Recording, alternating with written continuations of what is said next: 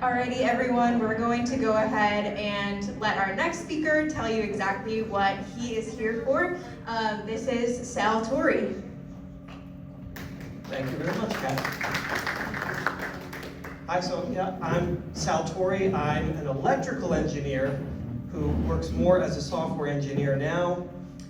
I run my company S'mores, which is an IoT company, and then like my personal brand, Salvatore, portmanteau of my name, and I provide engineering solutions. Software development has completely changed for me in the last couple of years, so I'd like to tell you what I'm doing and how I'd like to see it impact the university. Again, a little background on me. I'm an electrical engineer. I do a lot of embedded software, and now other types of software for my Internet of Things company, like the back-end software, app development, API software. Here's a picture of me working on the Buckeye Bullet. For about a decade, I did motor control on locomotives, streetcars, trolleys, golf carts. And since 2019, I've been an advisor for FGCU for the senior design project in software engineering. Before I get started, I'd like to tell you about the technology adoption curve. And every new technology kind of goes through this curve. You've got innovators in the beginning, small group of people, followed by early adopters. There's this chasm to get to like mass market that a lot of technologies fail here. And then you have like people who are your early majority, your late majority, and then the laggards. I'd like you all to take a moment just to think about like where, as far as technology goes, where you kind of fall into that. Are you early to this? Are you early to try something new? Or are you last? Do they have to like drag you to do it? I'll tell you that I'm somewhere probably about here as an early adopter. I don't like to get my nose too bloody going through the wall, but I don't like to be late to things either. I'd also like to give you a little background on like my development as a software engineer, really electrical engineer, becoming a software engineer. So from like 2008 to 2018, it was cowboy coding for me. I would check in my code once a week. I would often make mistakes and Control-Z my way back to a working solution. Before even checking in code, I had folders of different versions of code. Like this was working like this and that was working like that. And that was really unsustainable, but I didn't know any better. I didn't have exposure to better tools. I didn't even know how to work on the CLI or use any kind of scripting, and I was working as a professional engineer for many years, delivering products like this. Additionally, I was working in a silo. I didn't have, a team of people who were keeping me up to date on this. I was really kind of isolated. And then I got to meet some people who knew about this program at FGCU to mentor students for their senior design project. And I met an individual there, engineer Jason Scott, and he completely changed my whole trajectory for software engineering. We hired him at this company I was working for, American Traction Systems, right down the road, and we started implementing standards, software quality standards. We started implementing unit testing. We were automating our builds. All of these great best practices that I had completely been oblivious to. So I'm really fortunate that I got that exposure just before AI came out. I don't think I would be able to handle AI without that. So, late 2022, ChatGPT comes out. I wait a little bit in the beginning of the year, then I try it. Like I said, I don't want to be last to the party. And completely mesmerized, as is, I'm sure, everyone else here once you got a hold of it. So I had been hearing about Copilot for like a year. I didn't get on board, but after ChatGPT was like, okay, I need to get this. And after just a few weeks, I go ahead, I sign up for a year subscription for it. It's amazing. It's guessing everything I'm gonna do. I start writing, and it just knows what I'm gonna do. And it was saving all these keystrokes. I thought it was so amazing. I was completing so much more work. It was really incredible. I felt like I 10x'd what I was already doing, and I already felt like I was moving pretty fast. So here's a screenshot of just what it was like in the old days of 2023, when all you had was a suggestion like, oh, type this next. So tab, tab, tab, and you type it next. Later in 2024, someone told me about cursor. Oh, you just wait till you see cursor. It's like, well, what's the difference? And what they told me was like, okay, Copilot to cursor is like comparing a dinghy to a cruise ship. Oh, okay. So I should have tried it, but I had a year subscription with Copilot. I'm not going to pay for 2 subscriptions. So I waited several months. Finally, I go and I try cursor, and basically like everything changes. Now I talk in a chat, and I plan out what I'm going to do in a markdown file. Then I just tell the LLM, implement the plan. Once we've already iterated through what the plan's going to be, and boom, it goes and changes multiple files at a time. Incredible. This is early 2025. By the end of spring, I'm not even writing code anymore. I've been writing code for a decade, love writing code. I'm not doing it anymore. It replaced it for me. Then everyone gets all excited about Claude Code, and I start hearing things about how Claude Code is amazing. So I waited till like my monthly subscription was done with Cursor, and I move on to Claude Code. It's also amazing. Maybe not as big of a step, but you're sending out multiple agents. I'm not really so good with working on multiple agents at a time, but you can now even use an app on your phone to, like the Claude app, and it will keep working on your computer, and you can keep a conversation going. Who knows what's going to come next, but what I want to get through to everyone is like, you got to be nimble. It's just in a couple years, I've had to jump from tool to tool to tool, and you heard the last speakers talk about that, about like Replit, which I never even used. That's when it's nice to be a laggard, when it gets disrupted before you even use it. So what are we going to do if we're not writing code anymore? Why go get a software engineering degree? So I want to, behold the software development lifecycle view model. Coding is just merely a small part of what it takes to build software. You've got a lot of planning in the beginning. You've got designs. Then you come back around and you have to start testing and validating your code. Now, of course, AI is going to play some role in each one of these steps, but there is still a role for a human every step of the way to make sure you're actually solving problems, like what the last group of panelists were saying.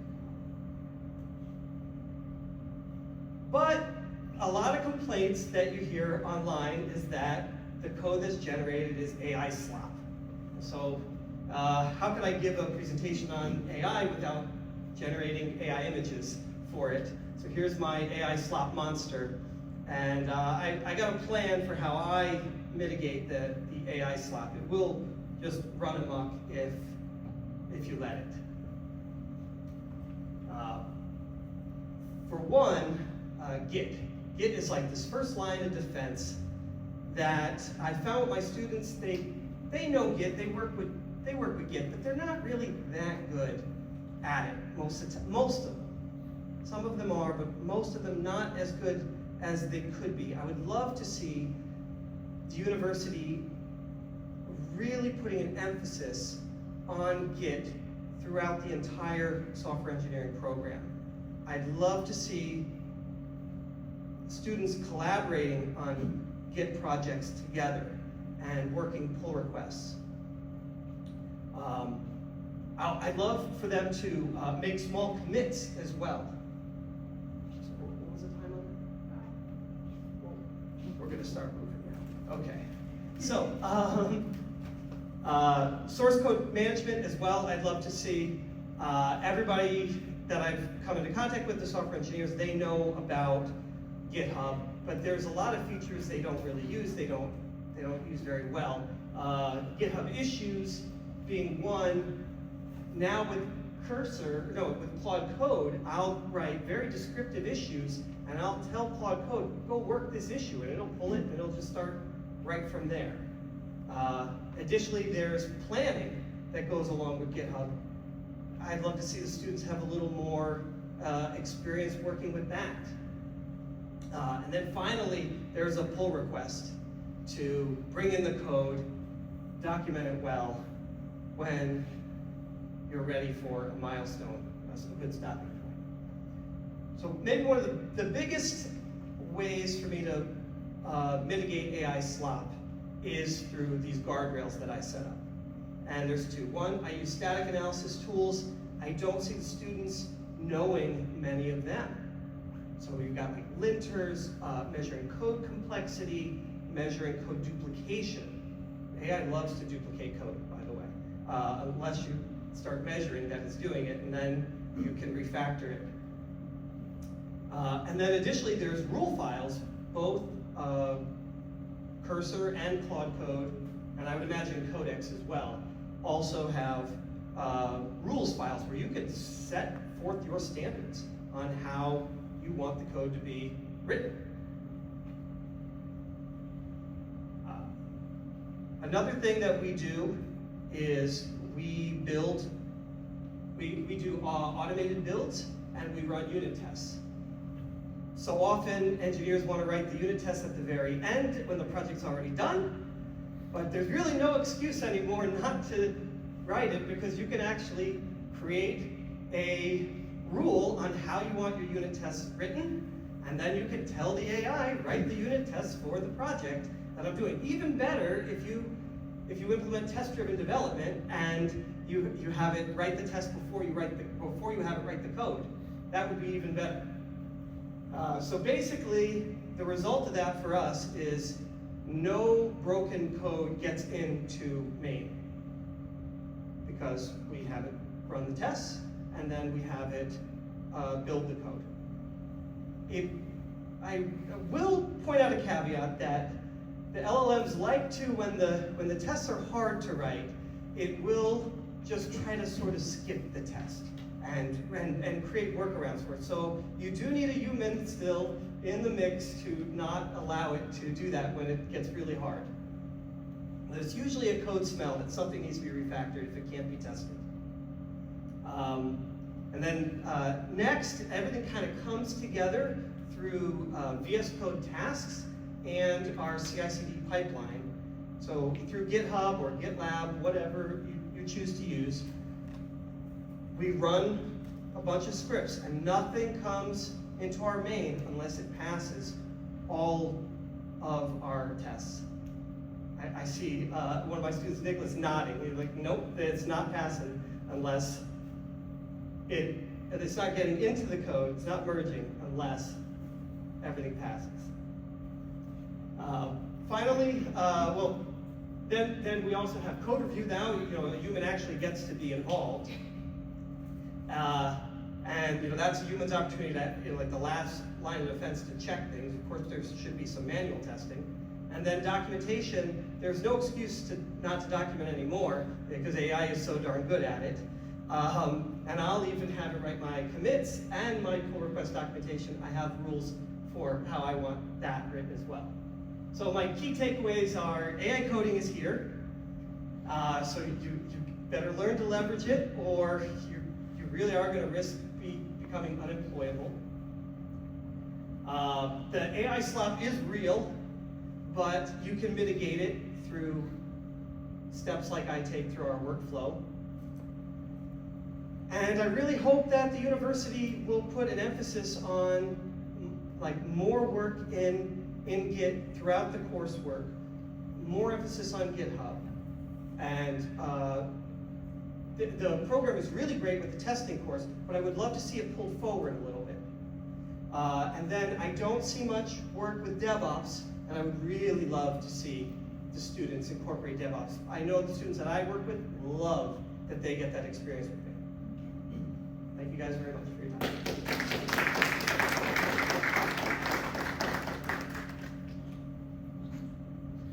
Sure. Any questions? Yeah. I'm not good at technology. I'm going with the flow and I'm not. Thank you. But if, for example, if I want to improve and help the students to move to move faster into the system, not just cheat. I allow them to cheat. I said I just want good answer. Mm-hmm. It's not cheating. You're just analyzing and putting your information, and I allow them to use. Yeah. No for this. That's the Sure, but but in the workforce, yes. it's like that. Correct.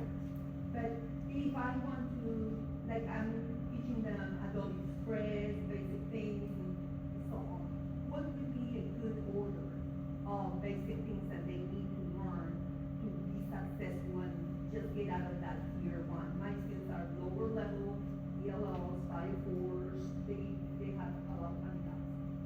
For software specifically? Like for learning, software and different things. Go back to the basics, to restart. What do you think it would be good in that? Specifically for software? Or just learning in general? Learning in general, the university is producing problem solvers. I'll reiterate what they were saying on the panel. That's the most important part. So if we get stuck on, oh, I don't get to code anymore, and I've lost my way because I don't code, it's like, well, that's not what you were really meant to do. You were meant to solve problems. But to answer your question, first, I think you got to get people interested in what they're learning. So you have to find a way to make the material interesting. Okay, yeah. But you see, what I'm pointing out here is a lot of the things that I'm saying is in my workflow that I'm trying to promote and level up, they're sort of afterthoughts. And I'd love to see them pulled forward. I don't have all those answers on how you can do it in a way that you still have your curriculum you have to teach, you have your ABET regulations. I'm not sure, but maybe it would start with simple JavaScript on a screen, changing colors to get people excited about, hey, I did something and I can see the results. Because I found it hard in my first C++ class, first time I was programming. I didn't really know why I was doing any of it. I didn't really know why a for loop was effective for me. I didn't get it. It really took a long time. But if I could have saw it on a browser, I think it would have been more fun for me. But the version control is so important. Like I was telling you, I would just save things and then I would break it. And really what I didn't tell you was in the beginning, I would try to do the whole project at once rather than testing along the way, which was really bad. My friends who knew me back then like to laugh at how I will test every little bit away now, and I'm totally different. So yeah, get interested, get them interested, hooked. Get them on version control because it just won't be so painful if the risk of making a change doesn't cost so much. What do you mean by Version control. So Git is a version control software for software developers, but I love it so much I think people outside of software should do it. Alrighty, thank you.